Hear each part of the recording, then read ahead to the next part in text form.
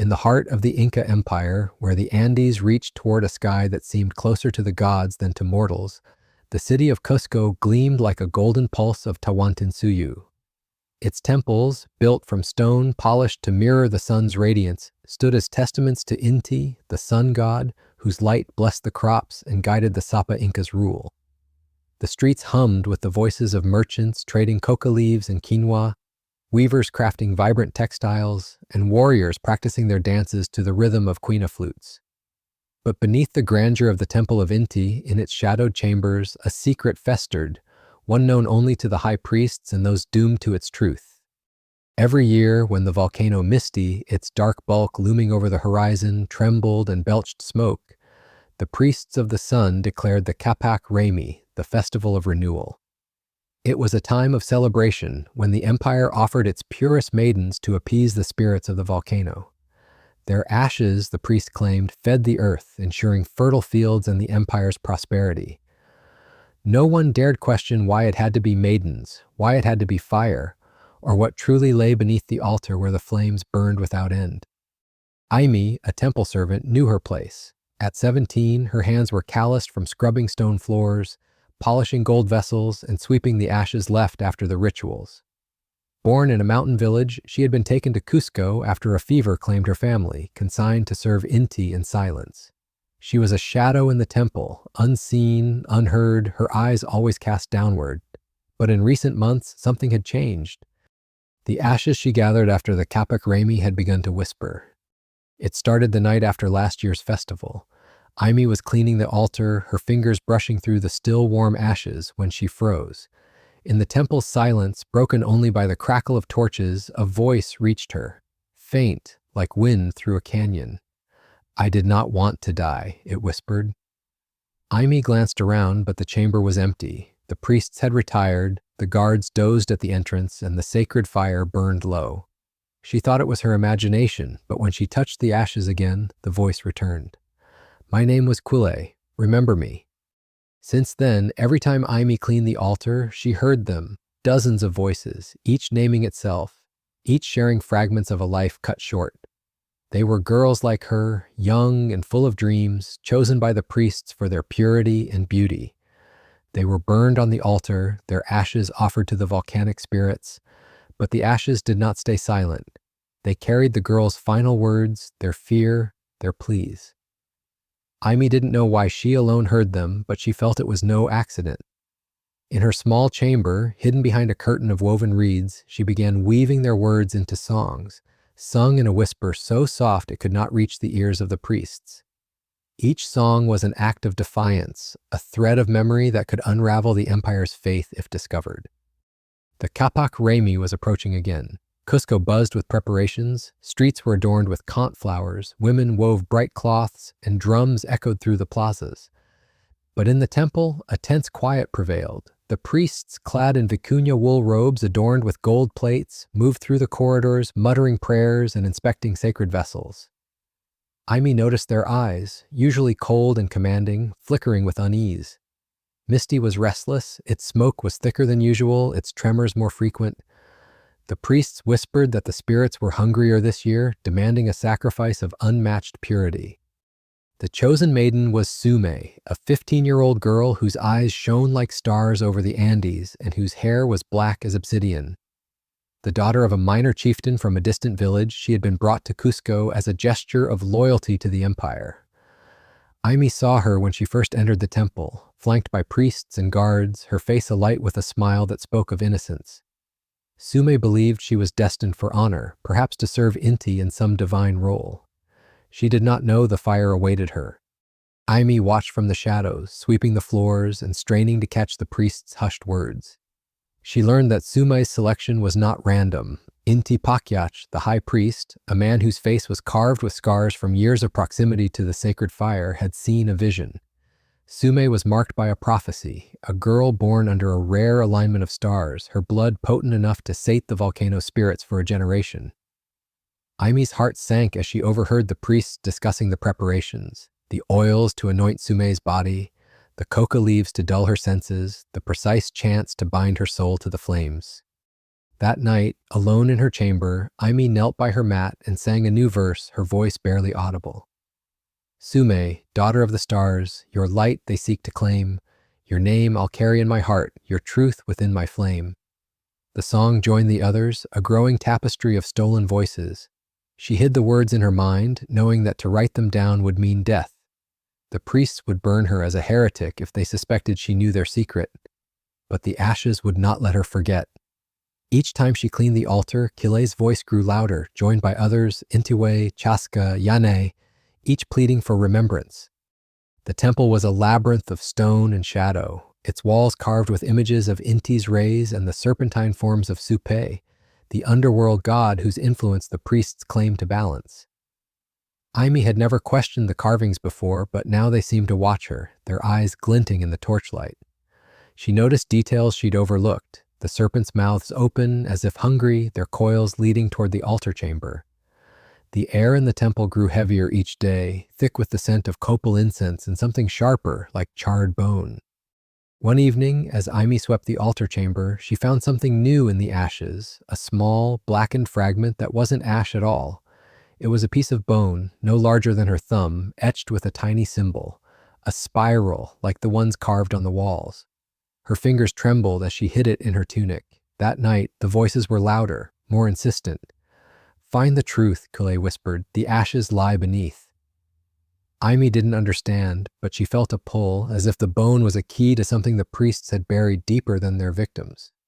She began to watch the priests more closely. Inti Pakyak was the most guarded, his movements deliberate, his eyes always scanning for disobedience.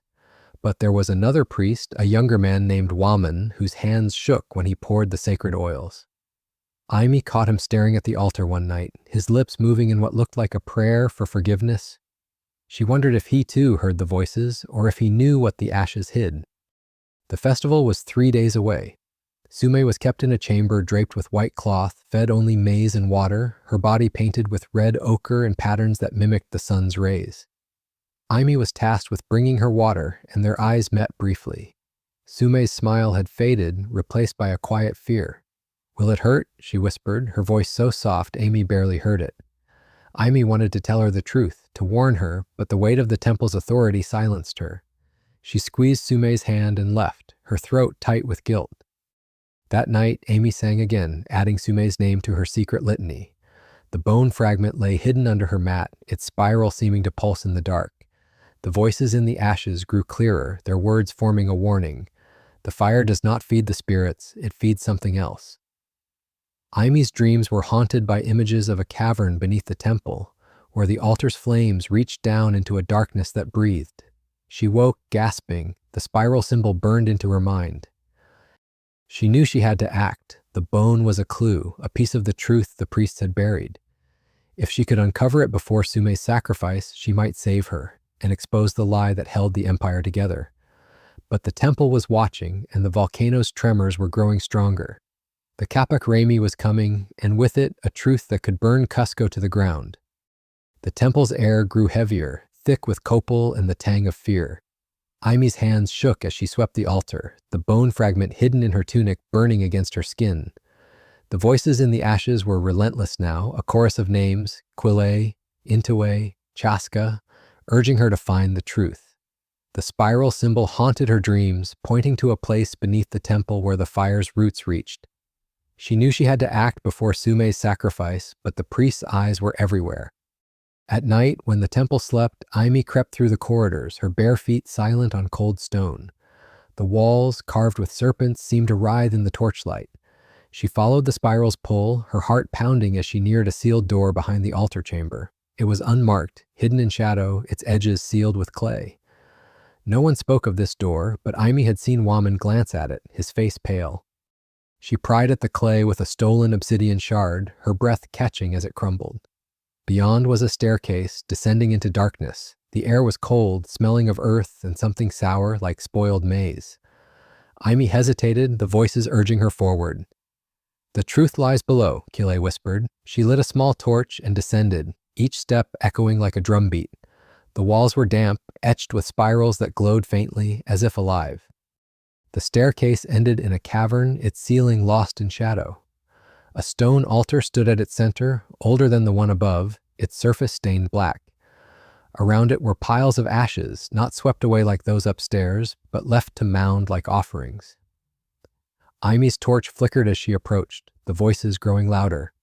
"We are here," they sang. She knelt, her fingers sifting through the ashes, and found another bone fragment, etched with the same spiral. The cavern pulsed, the air vibrating with a low hum. Aimi's skin prickled as she realized the ashes were moving, swirling into shapes. Faces, hands, eyes. They formed a girl's outline, her mouth open in a silent scream. "They lied," the ashes said. "The fire feeds Suppaea, not Inti." Aimi's blood ran cold. Suppaea, the underworld god, was no protector. He was hunger itself. She clutched the bone fragments, her mind racing. The priests weren't appeasing the volcano. They were feeding a darker force, one that grew stronger with each sacrifice. Sume's death would strengthen it further. Aimi's songs, her secret litany, were all that kept the truth alive. She sang now, her voice a whisper. "Sume, your light they steal for shadows. Your name I hold. Your truth I'll sing." Footsteps echoed above. Aimi doused her torch, hiding in the cavern's shadows. Waman's voice called, sharp with panic. "Who's there?" he demanded. She pressed herself against the wall, the bone fragments digging into her palm. He descended, his torch casting wild shadows. Aimi saw his face, haunted, his eyes red from sleepless nights. He stopped at the altar, muttering prayers to Inti, but his words faltered as if he doubted their power. Waman knelt, touching the ashes. His hands shook, and Aimi realized he heard them too. "Forgive me," he whispered, not to Inti, but to the ashes. Aimi's heart pounded. Could he be an ally? Or was he too broken by the temple's lies? She stayed silent, watching as he pulled a small coca leaf bundle from his robe, placing it on the altar like an offering. The ashes stirred, rejecting it, and Waman flinched. He left, sealing the door behind him. Aimi waited, her breath shallow, then relit her torch. The cavern's hum grew louder, the spirals on the walls pulsing like heartbeats. She found more bones, each marked with a spiral, hidden in the ash piles. They were relics of countless girls, their lives stolen to feed Suppaea's hunger.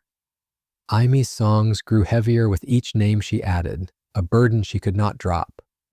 The Kapak Remi was tomorrow. Sumai's chamber was ready, draped in white, her body painted with ochre. Aimi saw her through a crack in the door, her eyes wide with fear. "I hear them," Sumai whispered, clutching her chest. "They're calling me." Aimi's throat tightened. Sumai was hearing the ashes too, her fate already entwined with theirs. Aimi vowed to save her, but how? The priests were vigilant, the volcano roaring. That night, Aimi hid the bone fragments under her mat, their spirals glowing faintly. She sang her songs, weaving Sumai's name into the verses. The voices in the ashes guided her, their words clear. "Break the fire. Break the lie." Aimi knew the cavern held the key, but entering it again meant risking everything. The temple was waking, the drums of Kapak Remi beginning. Time was running out.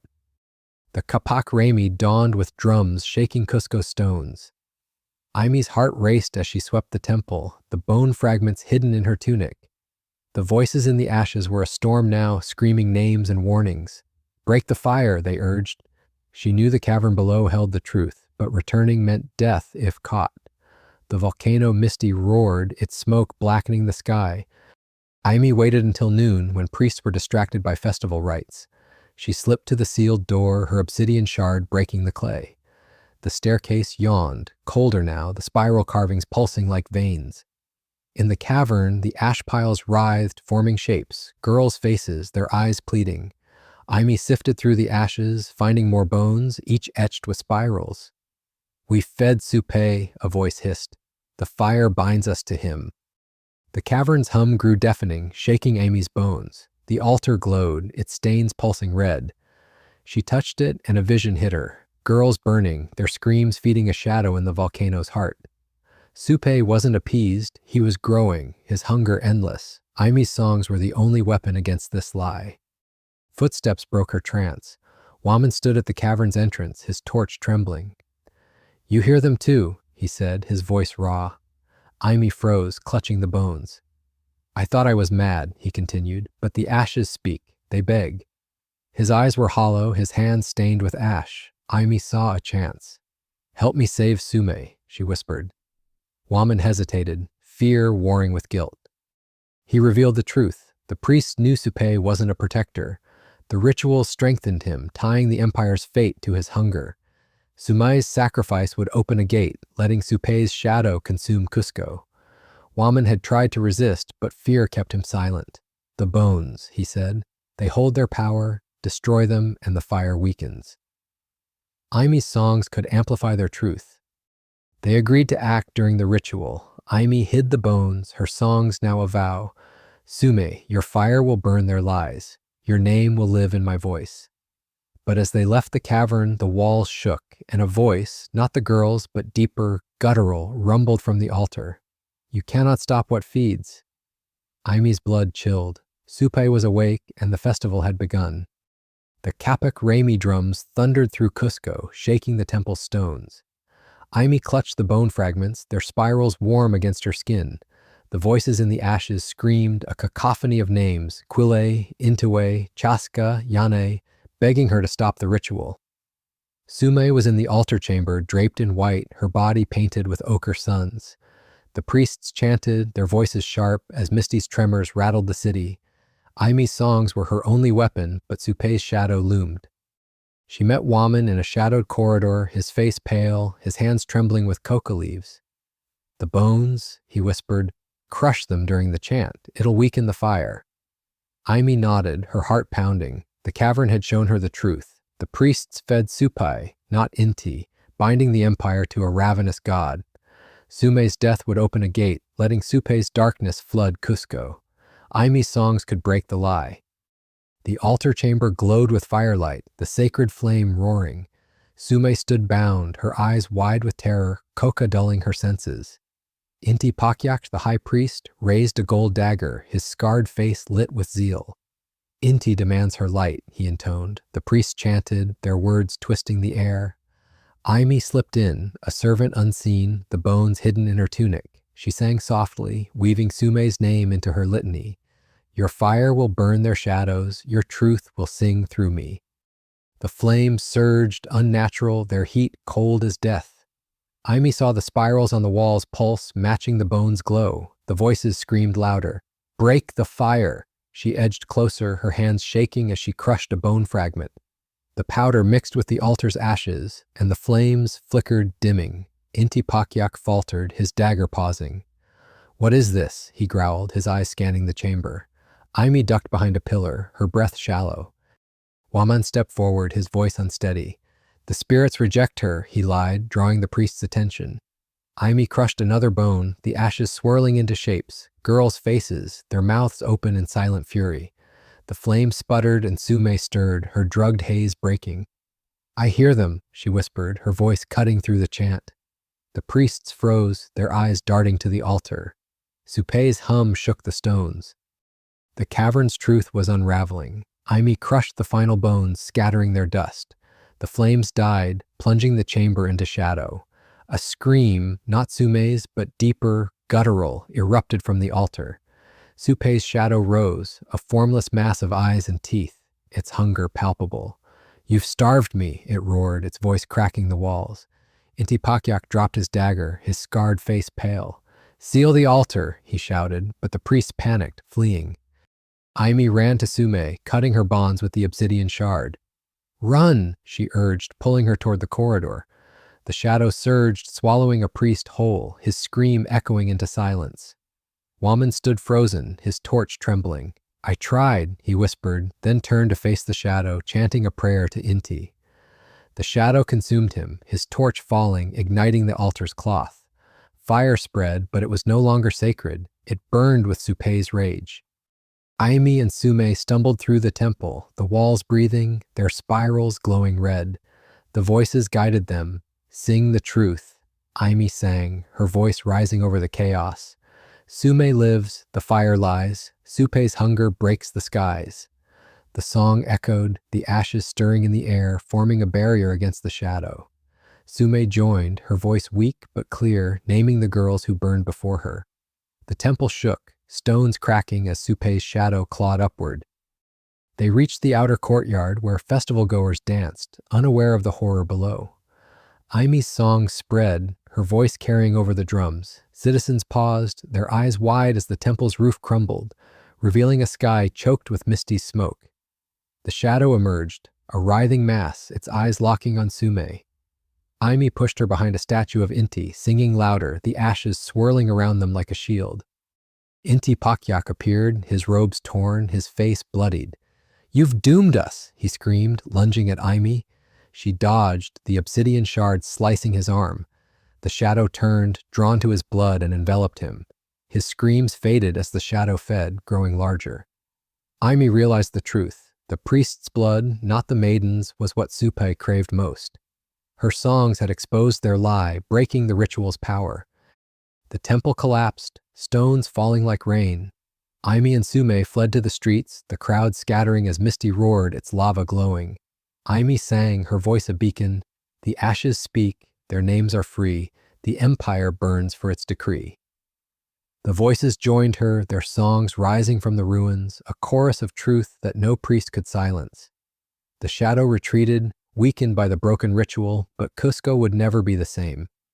Aimi hid her final song in a woven cloth, its threads dyed with ash, each knot a name, a story. She buried it beneath a kant tree where future hands might find it. The empire would fall, its lie exposed, but Sume lived, and Aimi's songs ensured the girls would not be forgotten. Misty's fire dimmed, but the ashes still whispered, waiting for justice. Cusco burned under a blackened sky, Misty's smoke choking the stars. Aimi and Sume hid in the city's outskirts, the temple's ruins smoldering behind them. The Kapak Remi had turned to chaos. Festival goers fled as stones fell, their dances silenced by the shadow's roar. Aimi's songs echoed in her mind, the voices of the ashes, Quile, Intiwe, Chaska, urging her to keep their truth alive. The woven cloth, knotted with their names, was her only proof.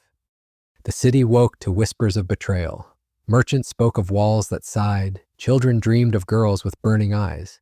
Aimi heard the ashes' voices in the wind, their songs spreading like fire. "The priests lied," they sang. "Supe fed on our pain." She and Sume sheltered in a weaver's hut, the old woman too kind to ask questions. Aimi wove her cloth, each knot a verse, hiding it under a kant tree's roots. Soldiers scoured Cusco, sent by the Sapa Inca to quell the unrest. The priests' lies unraveled. Citizens found ash piles in the ruins, etched with spirals that glowed at night. Aimi's songs had taken root, sung in secret by women in the markets, their voices soft but defiant. Sume, still weak, added her own verse. "I lived, their fire failed, my name will break their veil." The empire trembled, its faith in Inti shaken. Misty's tremors grew violent, its lava creeping closer. The shadow lingered, weaker but not gone, seeping into Cusco's stones. Aimi saw it in her dreams, a mass of eyes and teeth, whispering her name. She woke clutching the cloth, its knots warm, as if the ashes lived within them. The voices urged her to spread the truth, but the Sapa Inca's guards were closing in, blaming her for the chaos. She knew her songs could destroy the empire or save it. One night, a figure appeared at the hut. Waman, alive, his body scarred, his eyes wild. "The shadow spared me," he rasped. "It wants you." He revealed the priest's final secret. The ritual had bound Supai to Cusco's foundations, and only blood could seal it. Aimi's songs had weakened the bond, but her life could close it forever. She refused, her voice steady. No more sacrifices. Waman lunged, his knife gleaming, but Sume struck him with a stone, her hands trembling. He fell, blood pooling, and the ground shook as the shadow fed. Aimi sang, her voice rising, "No blood for Supe, no lies for Inti. The truth will set us free." The shadow retreated, its hunger denied. Waman's body dissolved into ash, the spirals on his skin fading. The voices cheered, their power growing in Aimi's song. The Sapa Inca called a council, his throne room lit by flickering torches. Aimi and Sume were dragged before him, accused of heresy. The surviving priests, their robes tattered, demanded their deaths to appease Misty. But Aimi sang, her voice carrying the ashes' truth. Quile burned, Chaska burned, their names live in our hearts. The crowd stirred, their faith cracking as the spirals glowed on the walls. The Sapa Inca hesitated, his eyes on the cloth Aimi held. She offered it, its knots a testament to the girls' lives. "Read their names," she said. "Know their pain." A scribe unraveled it, reciting the verses, each one a wound to the empire's pride. The priests shouted, but the crowd roared, their voices joining Imi's song. The shadow surged, then faded, starved by truth. Cusco fell silent as Misty's tremors stopped. The shadow was gone, but the empire's heart was broken. The Sapa Inca banished the priests, their power stripped. Imi and Sume were spared, their songs now sung openly. The cloth was buried in the temple ruins, a seed of truth for future hands. The ashes whispered no more, their voices free. Years later, when the Spanish came, they found the cloth, its knots intact. A weaver's daughter translated the songs, her voice trembling. The empire was dust, but the girls' names lived: Quile, Intue, Chaska, Sume. Imi's legacy endured, a warning carved in thread. Power built on lies will burn, and truth will rise from ashes. Decades had passed since Cusco's temple fell, its stones now moss-covered ruins. Imi was gone, her name a whisper among weavers, her songs a quiet rebellion in the Andes villages. Sume, now a woman of 40, lived in a highland hamlet, her eyes still carrying the fire's shadow. The Sapa Inca's empire limped on, its faith in Inti fractured by the truth Imi's songs revealed. Misty stood silent, but its slopes held secrets that refused to die. Sume taught the village children to weave, her hands guiding theirs to knot patterns that hid Imi's verses. The cloth she'd buried under the kant tree had been found, its ash-dyed threads preserved by the earth's chill. Each knot held a name: Quile, Intiwe, Chaska, and a warning: the fire lied, Supe fed, the truth lives in our thread. The song spread, sung in secret, a shield against the priest's return. But the empire was restless. New priests, calling themselves Inti's heirs, rose in Vilcabamba, a hidden city where the Inca fled Spanish blades. They preached renewal, claiming the old rituals could restore Tawantinsuyu's glory. Sumai heard whispers of girls vanishing from villages, their bodies unmarked but their eyes empty. She knew the signs. Supe's hunger was stirring, drawn by the priest's greed. One night, a girl named Lipi, barely 13, came to Sumei's hut, her hands trembling. "The priests chose me," she whispered, her voice breaking. "They say I'll serve Inti, but I hear voices in the wind." Sumei's heart froze. The ashes' voices had found Lipi, their warnings clear. They weaved the fire again. Sumei gave her Amy's cloth, its knots glowing faintly in the dark. Sumai and Lipi trekked to Vilcabamba, the cloth hidden in a quinoa sack. The city was a fortress of stone, its temples smaller but fierce with ambition. The new priests, led by a man named Tupac, wore vicuña robes and gold masks, their chants echoing old lies. Sumei saw girls in white, their bodies painted with ochre, led to a new altar. The air smelled of copal and charred bone, the spirals on the walls pulsing once more. They hid in the temple's shadows, watching as Tupac raised a gold dagger. "Inti demands purity," he intoned, his voice cold. Lipi clutched the cloth, her lips moving in Imi's song. "No fire for Supe, no blood for lies. The truth will break the skies." The altar's flames surged, unnatural, their heat chilling Sumei's skin. The voices screamed, a chorus of the lost, urging defiance. Sumei whispered to Lipi, "Sing with me." Their voices rose, soft but steady, naming the girls who burned. The flames flickered, dimming as the cloth's knots glowed brighter. Tupac faltered, his dagger trembling. "Who dares?" he roared, his mask slipping to reveal eyes wide with fear. The crowd stirred, their faith wavering as the spirals on the walls bled red, dripping like tears. The altar shook, a guttural hum rising from its base. Supai's shadow stirred, a mass of eyes and teeth, weaker than before but ravenous. "You cannot stop me," it growled, its voice cracking stones. Sumei sang louder, her voice joined by Lipi's. "Quile lives, Chaska lives, their truth will never give." The cloth burned in their hands, its ashes swirling, forming faces of the sacrificed. Tupac lunged, his dagger aimed at Lipi, but the ashes surged, a barrier of ghostly hands. He screamed as the shadow turned on him, drawn to his blood. His body dissolved, his mask melting into the stone. The other priests fled, their chants broken. The girls in white ran, freed by the chaos, their eyes clearing as Sumei's song echoed. Vilcabamba's temple crumbled, its altar cold. Sumai and Lipi escaped to the mountains, the cloth's ashes scattered in their wake. They wove new cloths, teaching villages to knot the truth. No more fires, no more lies, the ashes sing, the empire dies. The song spread, a quiet revolution, ensuring no girl would burn again. Misty's slopes grew green, its hunger starved by truth. Centuries later, when Spanish priests dug through Vilcabamba's ruins, they found a woven cloth, its knots intact. A native weaver translated its verses, her voice trembling. Aimee sang, Sume lived, their truth broke Supe's grip. The empire was gone, but the songs endured, a warning against power built on blood. The ashes were silent, their justice won at last. 50 years after Cusco's temple fell, the Andes whispered of Aimee's songs. In the village of Chinchero, where weavers spun vicuña wool under Inti's gaze, a new darkness stirred.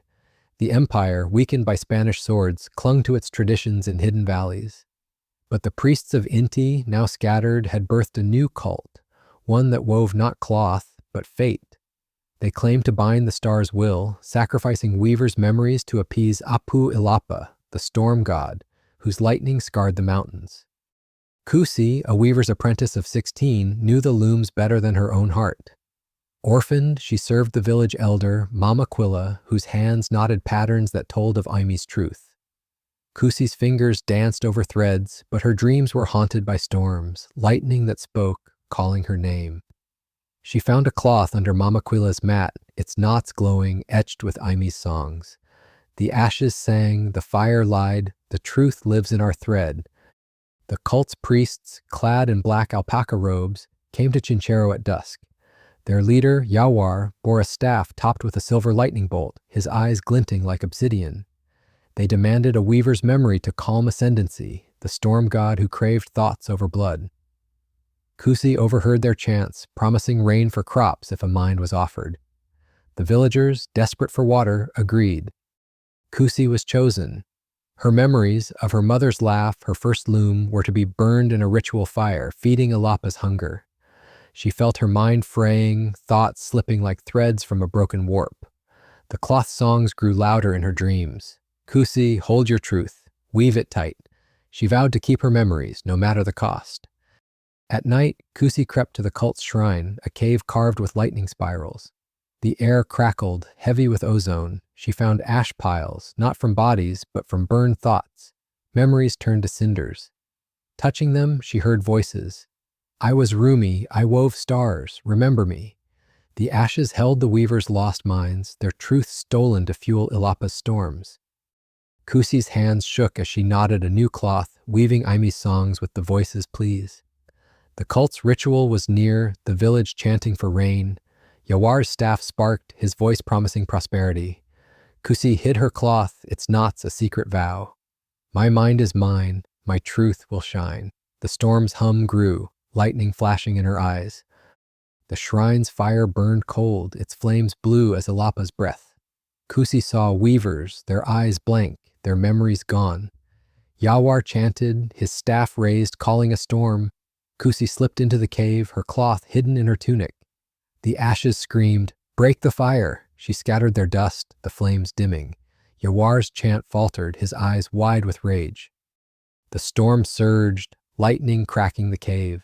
Ilapa's shadow rose, a form of clouds and sparks, its voice thunder. You deny me. Kusi sang Aimee's song, her voice joined by the ashes. Rumi lives, her mind is free, the truth will break the sky. The flames died, the shadow roared, splitting stone. Yawar lunged, his staff sparking, but Kusi dodged, her cloth glowing. The cave shook, villagers fleeing as lightning struck wildly. Kusi cut the ritual threads, freeing the weavers' minds. The shadow fed on Yawar's thoughts, his screams fading as his staff melted. Kusi's cloth burned, its ashes swirling, forming faces of the lost. The storm calmed, Chinchero safe, but the cult's lie was exposed. Kusi wove a new cloth, knotting the voices' truths. She buried it under a quinoa field, its threads a testament. No mind for Ilapa, no lies for stars, the truth lives in our scars. The empire crumbled, but Kusi's songs endured, a warning against those who steal thoughts. The ashes were silent, their memories free at last. Chinchero's fields lay quiet under a bruised sky, but Kusi felt no peace. The cult's defeat had saved her mind, but whispers of their return haunted the village. The weavers sang Aimi's songs in secret, their looms nodding truths of stolen memories. Kusi, now 17, guarded the cloth she'd buried, its threads pulsing with Rumi's voice, and others lost to Ilapa's fire. Lightning scarred the Andes, a warning of the storm god's unrest. A new priest, Capac, arrived at dawn, his black robe shimmering with silver threads. His eyes burned like storm clouds, and his staff crackled with static. Ilapa demands tribute, he declared, pointing to Kusi. Her mind will calm the skies. The villagers, fearing drought, hesitated. Kusi clutched her hidden cloth, its knots warm, whispering, "Hold your truth. Weave it tight." Mamaquilla, the elder weaver, stood firm. "No more sacrifices," she said, her voice steady. Chapak's smile was cold. "Refuse, and Ilapa's wrath will drown you." That night, lightning struck the quinoa fields, burning crops. Kusi saw the villagers' resolve waver, their eyes on her. She sang softly, "Rumi's mind, my mind, free from lies, the truth will break the skies." Kusi slipped into the cult's new shrine, a cliffside cave etched with lightning spirals. The air buzzed, heavy with ozone. Ash piles lined the walls, remnants of burned thoughts. Touching them, Kusi heard voices. "I was Sairi, I wove dreams, save us." The ashes held weavers' memories, stolen to feed Ilapa's storms. Kusi wove their names into her cloth, her fingers trembling. The cave's altar glowed, its flames blue and cold. Kusi found a silver amulet, etched with a spiral, pulsing like a heartbeat. The voices screamed, "It binds Ilapa." She realized the truth. Ilapa wasn't a god, but a force, trapped by the priests' rituals to control the rains. Their sacrifices fed its prison, not the crops. Kusi's song grew. "Sairi lives, her dreams endure, the truth will make us pure." Kapak's voice echoed, his staff sparking. "You defy the storm?" he hissed, catching Kusi in the cave. She hid the amulet, her cloth glowing in her tunic. "Your god is a lie," she said, scattering ash. The flames dimmed, the spirals bleeding red. Kapak lunged, his staff burning her arm. Kusi sang, the voices joining, "No fire for Ilapa, no mines for chains, the truth will end his reign." The cave shook, lightning cracking stone. Ilapa's shadow rose, a swirl of clouds and eyes, its voice thunder. "Free me!" Kusi smashed the amulet, its spiral shattering. The flames died, and the shadow roared, tearing at Chapak. His screams faded as his body turned to ash, the spirals on his robes fading. The ashes swirled, forming weavers' faces, their eyes free. Villagers gathered, drawn by the storm's end. Kusi held up her cloth, its knots glowing. "The priests bound Ilapa to control us," she said. "Our memories were their chains." Mamaquilla sang with her, their voices rising. Aimi's truth, Sairi's dreams, the weaver's songs redeem. The spirals vanished, the cave silent. Chinchero's reins returned, gentle and free. Kusi buried her cloth under a tiba tree, its knots a testament. No mines for storms, no lies for power. The truth blooms in our hour. The cult was gone, but the empire's wounds lingered. Spanish shadows loomed, their crosses gleaming. Kusi's song spread, a shield against new lies, ensuring the weaver's truths would live. Centuries later, a shepherd found the cloth, its threads intact. A weaver's descendant sang its verses, her voice clear. Kusi wove, Sairi dreamed, their truth broke Ilapa's scheme.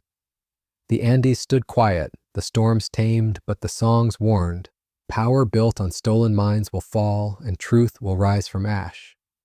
Chinchero's peace was fragile, the Andes winds carrying whispers of unrest. Kusi, now 18, wove under Mamaquilla's watchful eye. Her cloth nodded with truths of weavers lost to Ilapa's fire. The empire's remnants hid in mountain strongholds, but the cult of the storm god stirred again, its priests cloaked in shadows. Lightning scarred the skies, and Kusi's dreams burned with voices. The storm returns. Guard the truth. Her cloth pulsed, Aimi's songs alive within. A stranger came to the village, a woman named Tika, her eyes sharp as obsidian. She wore a silver pendant, etched with a lightning spiral, and spoke of restoring Ilapa's favor. "The rains fail," she said. "A weaver's mind must burn." Kusi felt the cloth's warmth, its knots warning. Tika lies, her threads bind. The villagers, parched by drought, listened, their faith wavering. Kusi followed Tika to a hidden shrine, a cave high above Chinchero, its walls carved with storm spirals. Ash piles glowed, remnants of stolen thoughts. Kusi touched them, hearing voices. I was Yupanqui, I wove winds. Free us. The ashes held memories, burned to chain Ilapa's power. Tika's pendant hummed, its spiral alive. Kusi realized Ilapa wasn't trapped. It manipulated the priests, craving minds to grow stronger. The shrine's altar crackled, its blue flames cold. Kusi found a loom, its threads silver, woven with patterns that stole breath. The voices screamed, break the loom! She clutched her cloth, singing Aimi's song. Yupanqui lives, her winds are free, the truth will break the spree. Tika turned, her pendant flaring. You defy the storm? She hissed, her voice layered with Ilapa's thunder. Kusi scattered ash, the flames dimming. Tika's pendant burned, its spiral searing her chest. Ilapa sees you, she snarled, raising a silver knife. Kusi dodged, her cloth glowing, its knots forming faces. Rumi, Sairi, Yupanqui. The voices sang with her. No minds for storms, no lies for chains, the truth will end their reign. The altar shook, lightning splitting stone. Ilapa's shadow rose, a storm of eyes and sparks, its voice roaring, I am eternal. Kusi smashed the loom, its threads snapping. The flames died, and Tika screamed, her pendant melting into her skin. The shadow fed on her, her body dissolving into ash. Kusi's cloth burned, its ashes swirling, forming weavers' hands that pushed the shadow back. The cave grew still. Villagers gathered, drawn by the storm's end. Kusi held her burning cloth, its knots a beacon. Ilapa was no god, she said. It used our minds to grow. Mama Quilla nodded, singing, Aimi's truth, Yupanqui's winds, the weaver's songs unbind. The spirals faded, the ashes silent. Chinchero's rains returned, soft and free, the drought broken. Kusi wove a new cloth, knotting the voices' truths. She buried it under a sacred huaca, its threads a vow. No storms for lies, no minds for chains, the truth will ease our pains. The cult's shadow faded, but Spanish crosses loomed, their priests whispering of new gods. Kusi's song spread, a shield against their lies, ensuring the weaver's truths endured.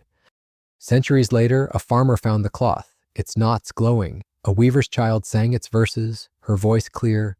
Kusi wove, Yupanqui dreamed, their truth broke Ilapa's scheme. The Andes stood calm, the storms tamed, but the songs warned. Power that steals minds will fall, and truth will rise from ash. Chinchero's winds carried a chill, whispering of change. Kusi, now 19, wove in the shadow of Mama Quilla's loom, her cloth knotted with the truths of weavers lost to Ilapa's fire. The empire's remnants hid in Andean valleys, but Spanish crosses gleamed on distant hills, their priests preaching a new god. The cult of Ilapa, thought broken, stirred again, its followers blending with the invaders' faith. Lightning cracked the skies, and Kusi's dreams burned with voices. The storm lives. Guard the truth. Her cloth pulsed, Amy's songs a beacon in the dark. A stranger arrived, a man named Poma, his Inca robes edged with Spanish cloth. His cross pendant gleamed, but his eyes held the storm's spark. Ilapa calls, he said, his voice low. A weaver's mind will heal the land. Kusi clutched her cloth, its knots warning. Poma weaves lies, his threads bind. The villagers, caught between drought and Spanish swords, listened, their hope fading. Kusi followed Poma to a hidden shrine, a cave beneath a Spanish chapel, its walls etched with lightning spirals and crosses. Ash piles glowed, remnants of burned thoughts. Touching them, Kusi heard voices. I was Cory, I wove light, free us. The ashes held weavers' memories, stolen to feed Ilapa's storms. Poma's pendant hummed, its spiral alive, merging Christian and Inca symbols. Kusi realized the truth. The Spanish priests had adopted Ilapa's cult, twisting it to control the Andes. The shrine's altar crackled, its blue flames cold, fed by a silver loom weaving ghostly threads. The voices screamed, break the loom! Kusi clutched her cloth, singing Aimi's song. Cory lives, her light endures, the truth will break the curse. Poma turned, his pendant flaring. You defy the storm and the cross? He hissed, his voice layered with Ilapa's thunder. His knife gleamed, etched with spirals and saints. Kusi scattered ash, the flames dimming. Poma's pendant burned, searing his chest. Ilapa serves the new god, he snarled, revealing the cult's secret. The Spanish used Ilapa's hunger to break Inca spirits, burning weavers' minds to bind the land. Kusi sang louder. No mines for storms, no lies for chains, the truth will end their reign. The altar shook, lightning splitting stone. Ilapa's shadow rose, a swirl of clouds, eyes and crosses, its voice thunder. I am eternal! Kusi smashed the loom, its threads snapping like bones. The flames died, and Poma screamed, his pendant melting into his skin. The shadow fed on him, his body dissolving into ash, his cross crumbling. Kusi's cloth burned, its ashes swirling, forming weavers' faces, Rumi, Seri, Kori, their eyes free, their hands pushing the shadow back.